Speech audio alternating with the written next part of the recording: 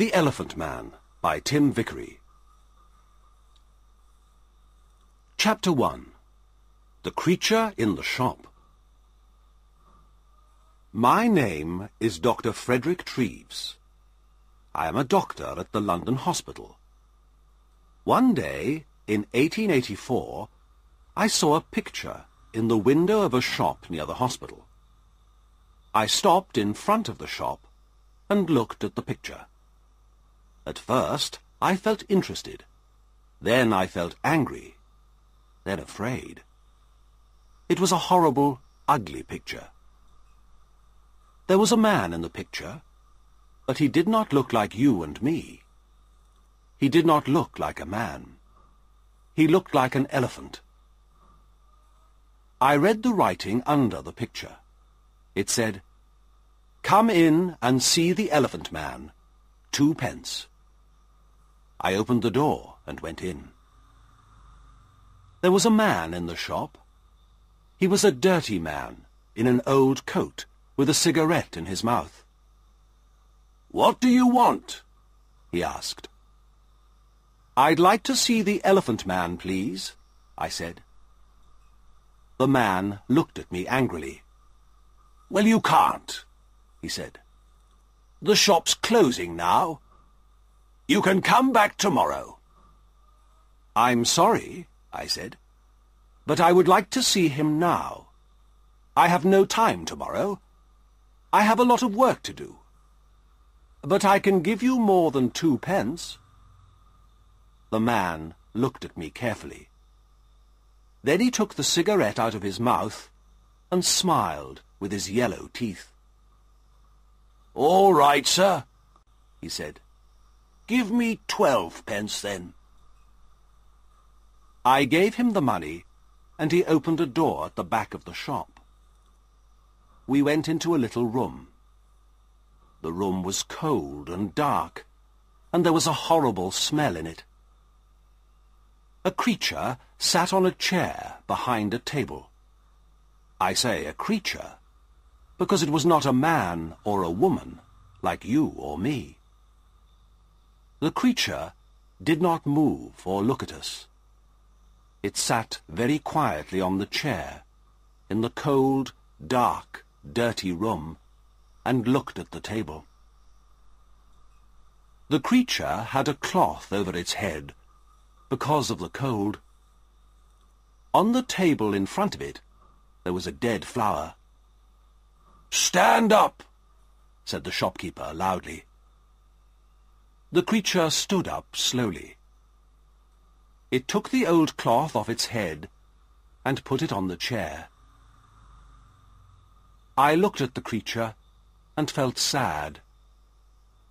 I am a doctor, so I know a lot about accidents and ill people. I see horrible, ugly things every day. But this creature, this thing, was the worst of all. There were no men or women in the hospital like him. He wore some old trousers, but no shirt, coat, or shoes, so I could see his body very well. His head was the most interesting thing.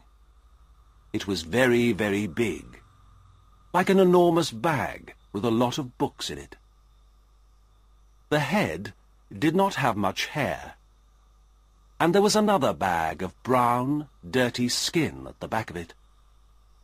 This skin came down below his neck. I could not see one of his eyes very well, because a lot of skin came down in front of his face, too. An enormous red tooth came out of his mouth, under his nose. It looked like an elephant's tooth. The mouth and nose were like holes in the face.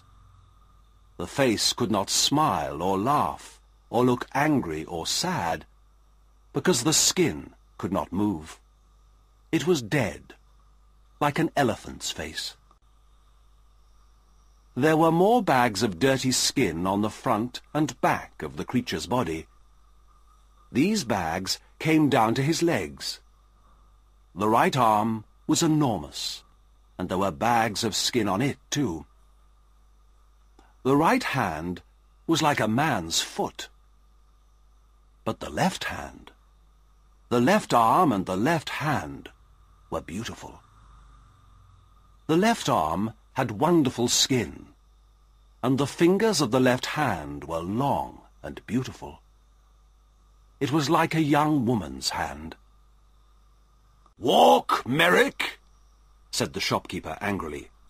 "Come on, quickly, move." He hit the creature with his hand. Slowly the creature walked across the room. But he could not walk well. His legs were very big and fat, and he had a bad back. He could not walk far without a stick. "All right. Thank you," I said. "Let him sit down. I don't want to see any more." I felt ill, and the smell in the room was very bad. "Yes, sir," said the shopkeeper. "Sit down, Merrick." We went out of the room and closed the door. The shopkeeper smiled at me with his yellow teeth. "Wonderful, sir, isn't it?" he said. "The best elephant man in England. Hundreds of people come to see him, you know. Hundreds. I take him all over the country, I do." "Yes, very interesting," I said. "Can I sit down?" "Yes, sir, of course. Here's a chair." He looked at me, smiling.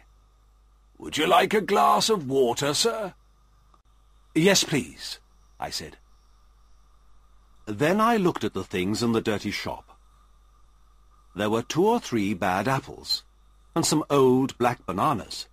That was all. No. No, thank you. I'm all right," I said. Did you call the creature Merrick?" "That's right, sir. Joseph Merrick. The best elephant man in England. I take him all over the country, you know. Lots of people want to see him." "Yes, I see. Do you get a lot of money?" "Well, sometimes we do, sir. Yes. But it's difficult, you see, sir, because of the police. The police don't like us, you see, sir. So we can't stay in a town very long. We usually move every week." "Yes, I see. Well, anyway, Mr. Silcock, sir. Simon Silcock." Yes, well, Mr. Silcock, I'm a doctor at the London Hospital. My name is Dr. Treves. I think this man, Joseph Merrick, is very interesting, and I would like to see him at the hospital. I want to look at him more carefully, you see." "Yes, sir. I see. But how can he get to the hospital? It's going to be difficult." "Why, man? The hospital's not far from here." "Well, yes, sir. I know. But you see, Merrick can't walk very well. He needs help." "You can come with him. Do you want more money? Is that it?" "Well, yes, sir, I do. But you see, people are afraid of him, too. In the road, little boys always run after him and hit him. Then the police get angry, because people are afraid. Sometimes they take us to prison." "I see," I said. "Well, how can he come to the hospital, then?" "Bring a cab, sir," said Silcock. "You can take him to the hospital in a cab."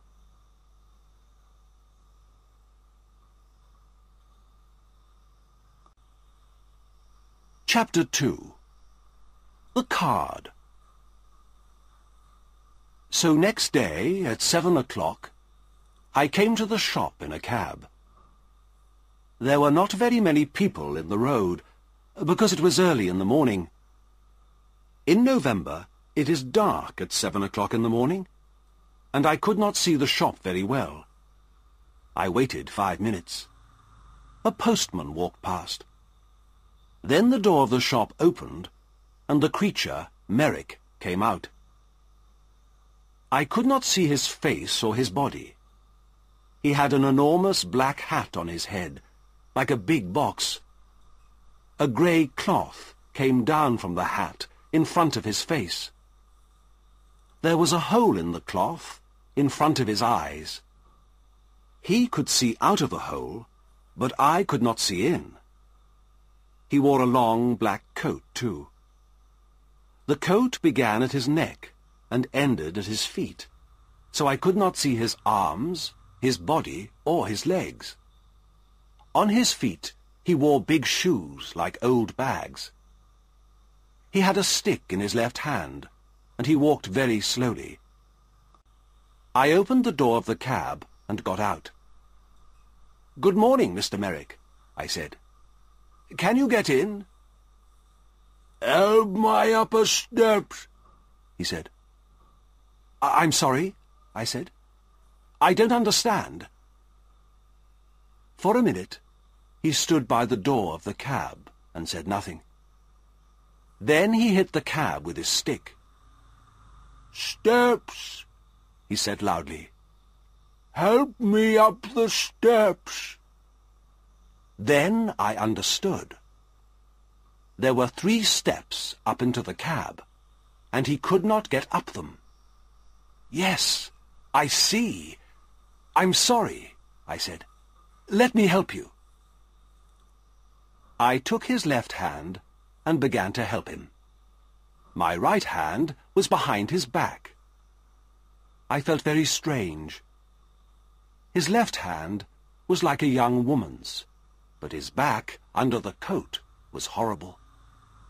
I could feel the bags of old skin on his back under the coat. He put one enormous foot on the first step, and then he stopped. After a minute, he moved his second foot slowly. Then he stopped and waited again. "Hello, sir. Can I help you?" I looked behind me. It was the postman, and behind him I could see 3 young boys. One of the boys laughed. The postman smiled. "Is the gentleman ill?" he asked. I thought quickly. "Yes, but this is a lady, not a gentleman. I'm a doctor, and she's ill. Take her hand so I can help her better." The postman took Merrick's left hand, and I helped him with 2 hands from behind. Slowly, very slowly, Merrick went up the steps and into the cab. One boy was very near the cab. He called to his friends. "Come and see this, boys! A fat lady in a black coat! And look at that enormous hat!" The boys laughed. They were very near the cab too now. I closed the door quickly. "Thank you," I said to the postman. "That's all right, sir," he said. "She's a strange lady, sir, isn't she?"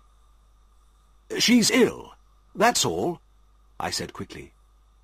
"We're going to the hospital. Goodbye, and thank you." The cab drove down the road to the hospital. I looked at Merrick. "That was difficult, wasn't it?" I said. At first he said nothing, but then he spoke. His voice was very strange, but I listened to him carefully, and I could understand him. "The steps were very difficult," he said. "But most things are difficult for me." "Yes," I said. "Nothing is easy for you, is it?" "No," he said. He was very quiet for a minute. Then he said, "Who are you, sir?" "Who am I?" Oh, I'm sorry. My name is Dr. Treves. Here, this is my card. I gave him a card with my name on. Then I thought, that was no good. This man can't read. But Merrick took the card and looked at it very carefully. Then he put it in his trousers pocket. I did not talk to him very much at the hospital. I looked at his head and arms and legs and body very carefully. Then I wrote the important things about him in a little book. A nurse helped me. Merrick looked at her sometimes, but she did not smile at him or talk to him. I think she was afraid of him. I think Merrick was afraid too, because he was very quiet. At 4 o'clock, I took him back to the shop in a cab. The next day, I looked in the shop window again, but the picture was not there.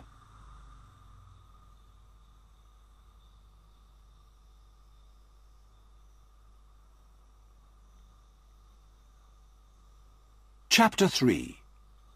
A Letter to the Times.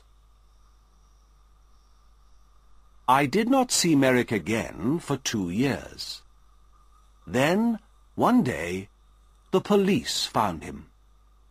He had my card in his hand, so they brought him to the London hospital. He was very tired, hungry, and dirty, so I put him to bed in a quiet little room. But he could not stay at the hospital. He was not ill, and of course the beds in the hospital are for ill people. We have no beds for hungry people or ugly people. I told the hospital chairman, Mr. Carr Gom, about Merrick. He listened carefully. And then he wrote a letter to the editor of the Times newspaper. From the Times, December the 4th, 1886. A letter to the editor. Dear Sir, I am writing to you about a man in our hospital. He needs your help. His name is Joseph Merrick, and he is 27 years old. He is not ill, but he cannot go out of the hospital because he is very, very ugly. Nobody likes to look at him, and some people are afraid of him. We call him the Elephant Man. 2 years ago, Merrick lived in a shop near the London hospital. For 2 pence, people could see him and laugh at him. One day, Dr. Frederick Treves, a hospital doctor, saw Merrick, brought him to this hospital, and looked at him carefully. Dr. Treves could not help Merrick, but he gave him his card. Then the shopkeeper, Silcock, took Merrick to Belgium. A lot of people in Belgium wanted to see him, and so after a year, Merrick had £50. But then Silcock took Merrick's £50, left Merrick in Belgium, and went back to London. Merrick came back to London by himself. Everyone on the train and the ship looked at him and laughed at him. In London, the police put him in prison. But then they saw Dr. Treves's card and brought Merrick to the London hospital. This man has no money, and he cannot work. His face and body are very, very ugly, so of course many people are afraid of him. But he is a very interesting man. He can read and write, and he thinks a lot. He is a good, quiet man. Sometimes he makes things with his hands and gives them to the nurses because they are kind to him. He remembers his mother, and he has a picture of her. She was beautiful and kind, he says. But he never sees her now. She gave him to Silcock a long time ago. Can the readers of the Times help us? This man is not ill, but he needs a home. We can give him a room at the hospital, but we need some money. Please write to me at the London Hospital. Yours faithfully, F.C. Carr-Gomm, Chairman of the London Hospital. The readers of the Times are very kind people. They gave us a lot of money. After 1 week, we had £50,000, so Merrick could live in the hospital for all his life. We could give him a home.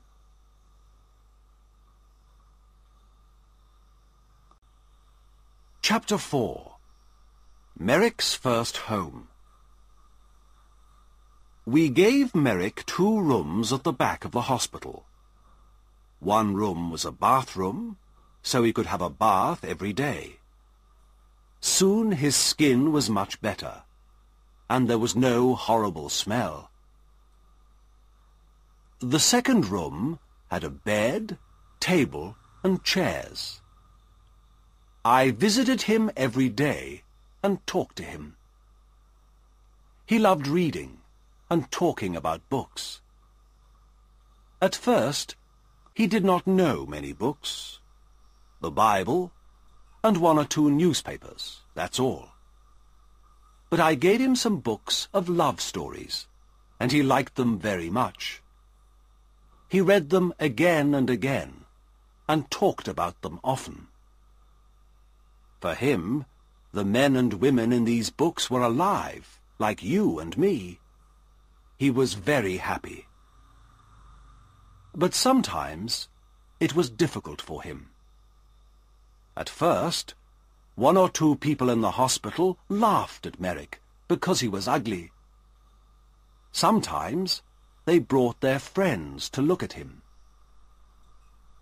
One day, a new nurse came to the hospital, and nobody told her about Merrick.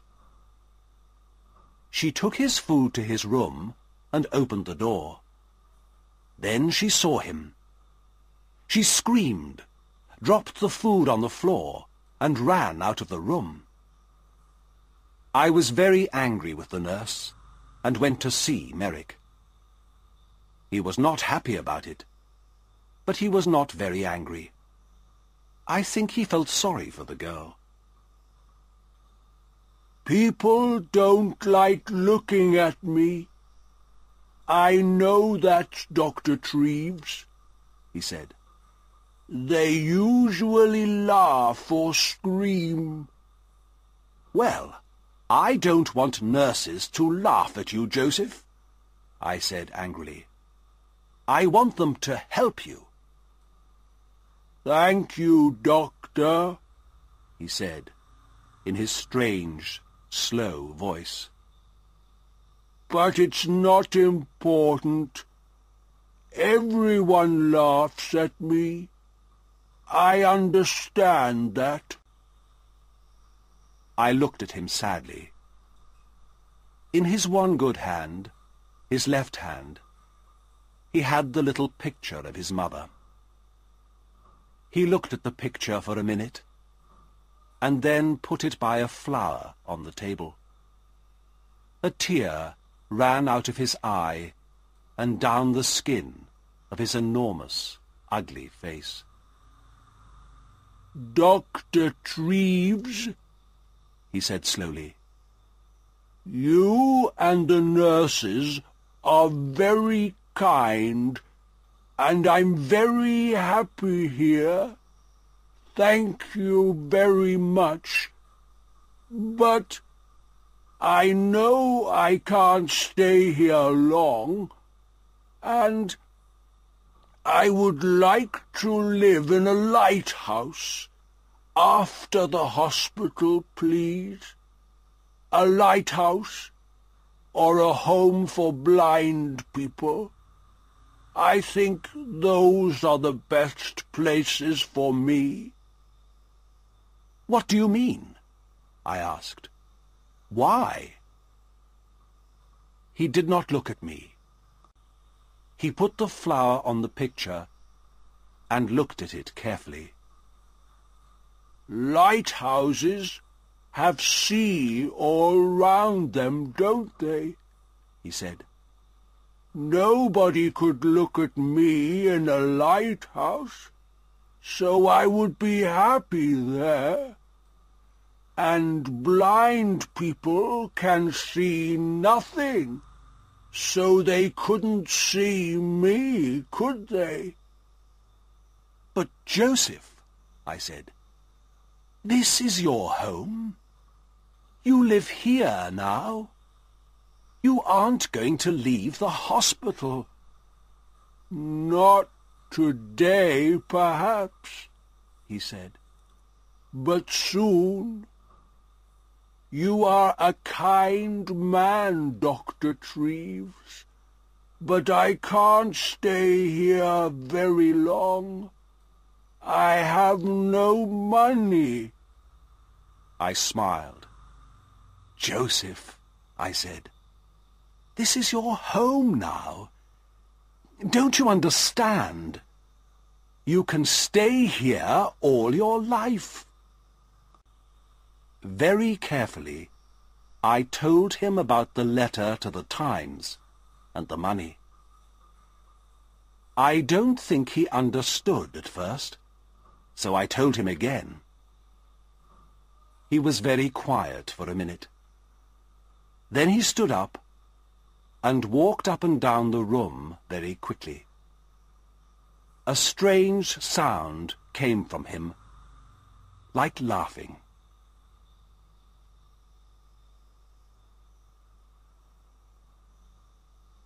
Chapter 5.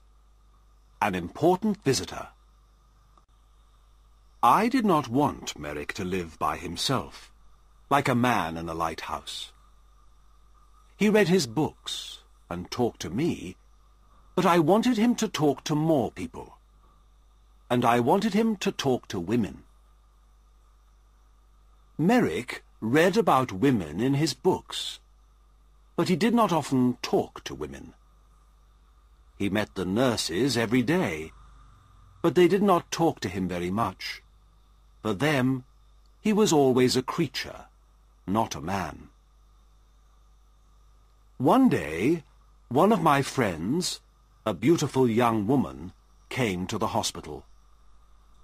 I told her about Merrick and took her to his room. She opened the door and smiled at him. "Good morning, Mr. Merrick," she said. Then she shook his hand. Merrick looked at her for a minute, with his mouth open. Then he sat down on his bed, with his head in his hand, and cried. He cried for nearly 5 minutes. The tears ran down his face, between his fingers, and onto the floor. My friend sat on the bed beside him and put her hand on his arm. She said nothing, but she smiled at him and shook his hand again before she left. "Dr. Treves," he said to me that night, "that lady was wonderful. My mother smiled at me once, many years ago, but no women smile at me now. But this lady smiled at me too, and she shook my hand. A beautiful lady smiled at me and shook my hand." My young lady friend came again the next week and talked to Merrick for half an hour. The week after that, she came again with a friend. They gave him some books and had a cup of tea with him. It was wonderful for him. For the first time in his life, he had some friends. He was a very happy man. He sat in his room and read his books and said no more about living on a lighthouse. People began to read about Merrick in the newspapers, so he had a lot of visitors. Everybody wanted to see him.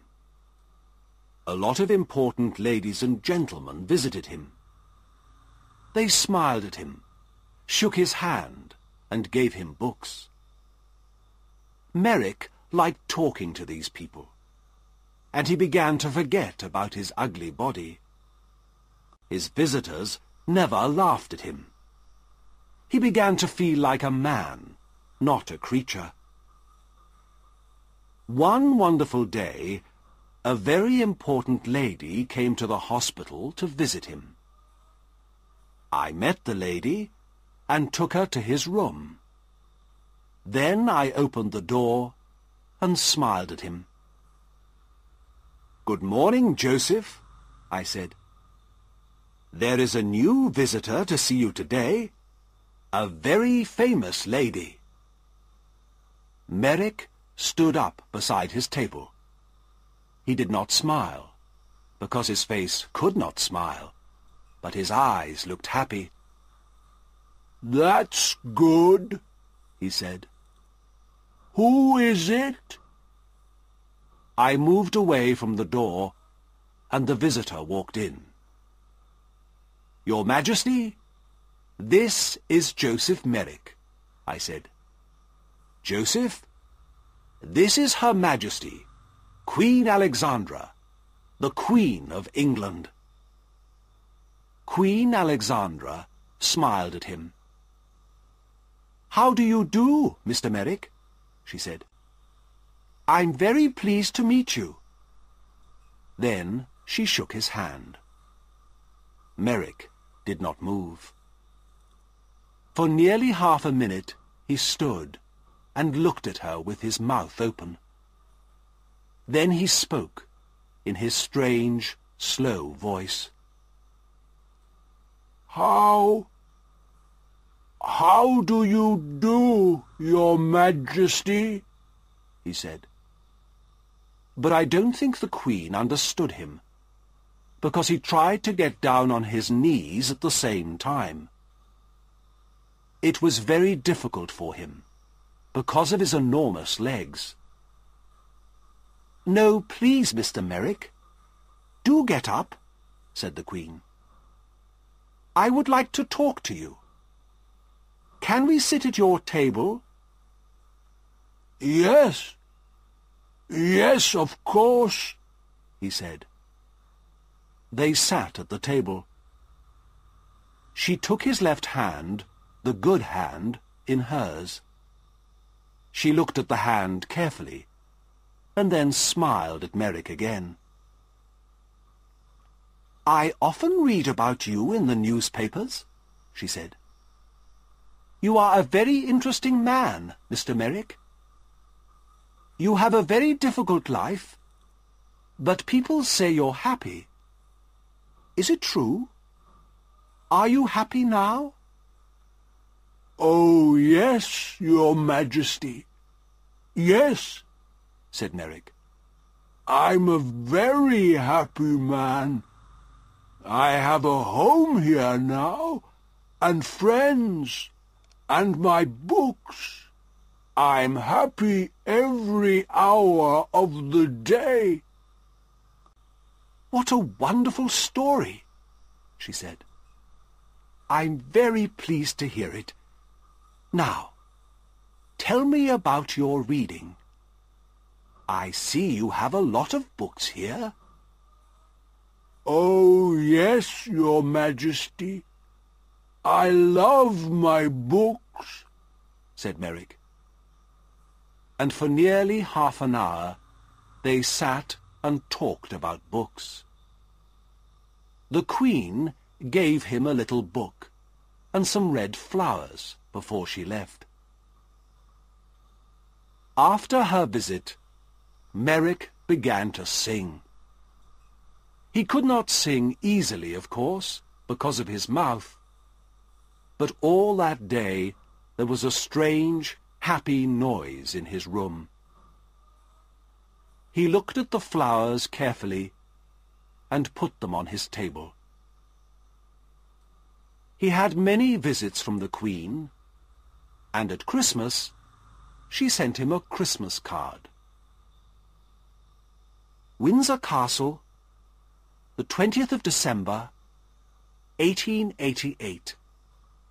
Dear Joseph, here is a small Christmas present for you. I think it looks like me, doesn't it?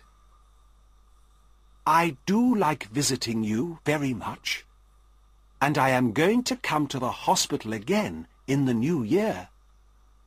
Happy Christmas, your friend, Alexandra. The present was a picture of Queen Alexandra with her name on it. Merrick cried over it and put it carefully by the bed in his room.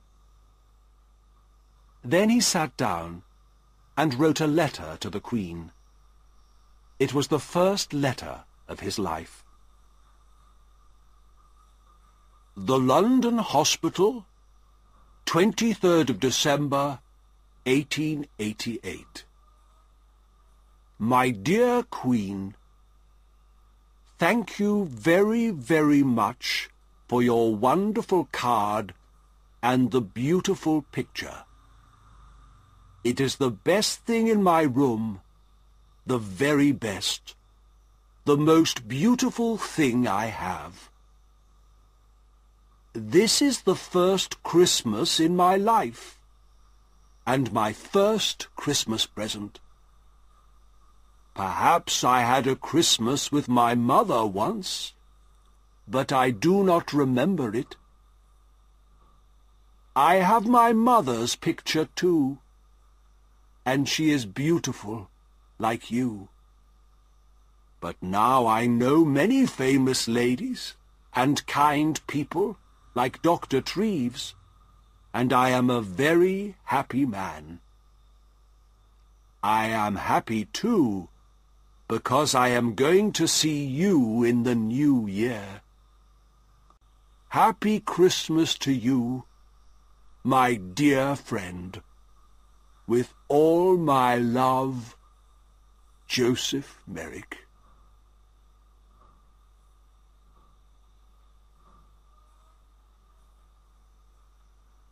Chapter 6. Outside the hospital. Merrick had a lot of friends now, but he was more like a child than a man. He could read about things and talk to his visitors, but he could not go out to the hospital by himself.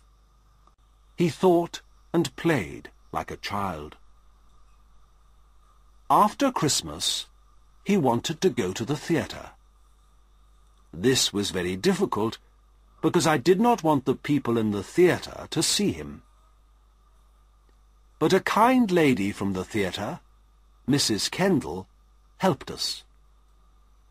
We bought tickets for a box at the side of the theatre. We went to the theatre in a cab with dark windows, and we went into the theatre by a door at the back, the Queen's door. Nobody saw us. 3 nurses sat at the front of the box, and Merrick and I sat in the dark behind them. Nobody in the theatre could see us, but we could see the play. It was a children's Christmas play. Merrick loved it. It was a most wonderful, exciting story. Often he laughed, and sometimes he tried to sing like the children in the theatre. He was like a child. For him, everything in the story was true. Once he was very afraid.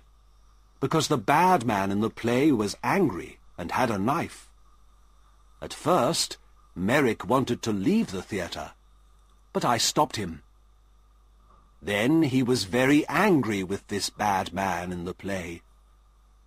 He hit his hand on his chair and stood up and talked to the man, but nobody heard him. When the bad man went to prison, Merrick laughed. Merrick thought the beautiful young lady in the play was wonderful. He wanted to talk to her, too. At the end of the play, he was very happy, because she married a good young man. He remembered this play for a long time, and he talked a lot about the people in it. "What do you think they did after we left?" he asked me. "Where do the young lady and the young man live? What are they doing now?" "I don't know," I said. "Perhaps they live in the country." Merrick thought about this for a long time.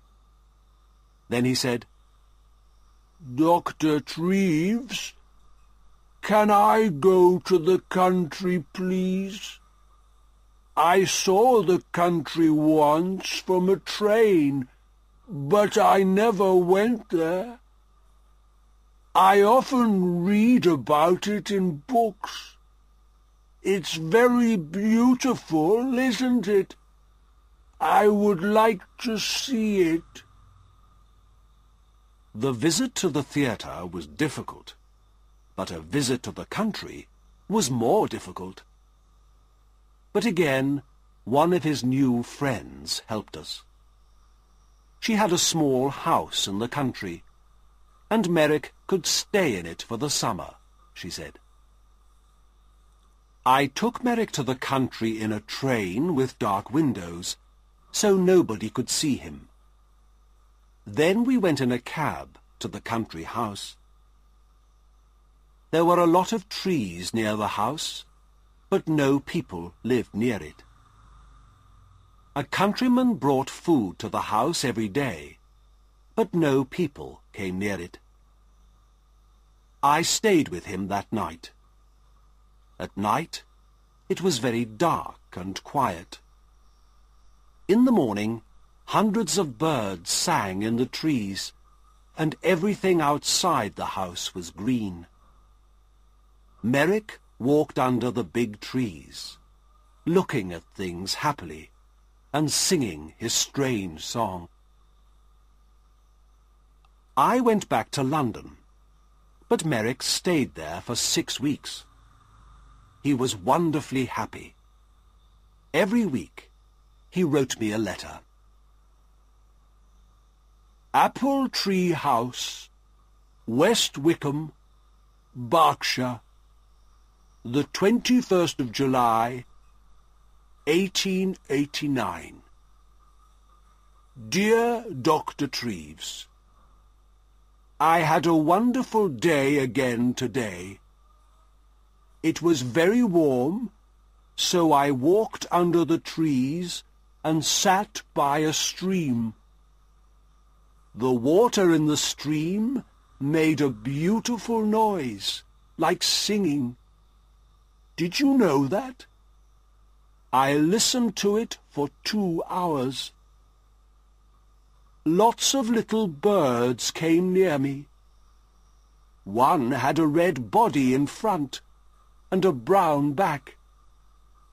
I gave it some bread, and it sat on my hand. A lot of birds are my friends now. I watched the fish in the stream, too. They were very exciting, because they move very fast. 1 minute they were there, and the next minute I couldn't see them. But I waited quietly, and they always came back. I put my hand in the water, but I couldn't touch them. I met a big dog yesterday. It made a very loud noise, but I was not afraid. I sat down quietly and looked at it, and it came and smelt my hand. I saw it again today, and gave it some bread. It likes me now. I am going to put some flowers from the country in this letter. There are hundreds of flowers here. Did you know that? I like the little blue ones best, but they are all beautiful. I have lots of them in my room. I give them water every morning. Little flowers are very thirsty, you know. I am very happy here, Doctor, but I want to see you again soon, too. With love, from your friend, Joseph Merrick. At the end of the summer, he came back to London. He was very well, and his skin looked much better. He talked about the country a lot, but he was happy to see his friends and his books again, too.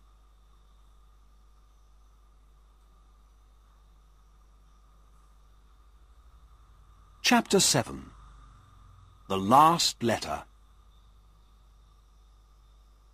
6 months later, in April 1890, I found him dead in bed.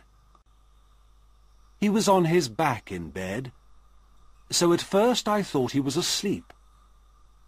I talked to him, but he did not move. Then I saw that the skin on his face was blue, so I knew he was dead. He did not usually sleep on his back. His enormous head was very heavy, so he usually sat up in bed, with his arms round his legs, and his head on his knees. He could sleep well like this. But he wanted to sleep on his back like you and me. He tried to sleep on his back that night, but his heavy head came off the bed, and he broke his neck. He died very quickly. Next day, the chairman of the London hospital, Mr. Carr Gomm, wrote to the editor of the Times again. The Times, April the 16th, 1890. Dear Sir, 3.5 years ago, I wrote to you about a man called Joseph Merrick. This man was called the Elephant Man, because he was born with a very ugly body. Merrick was not ill, but he could not work, and he had no money. The readers of the Times felt sorry for him, and they gave me a lot of money for Merrick. Because of this money, we could give Merrick a home in the London hospital. It was his first good home, and for 3.5 years he lived here happily. The doctors and nurses of the hospital helped him, and many important people visited him.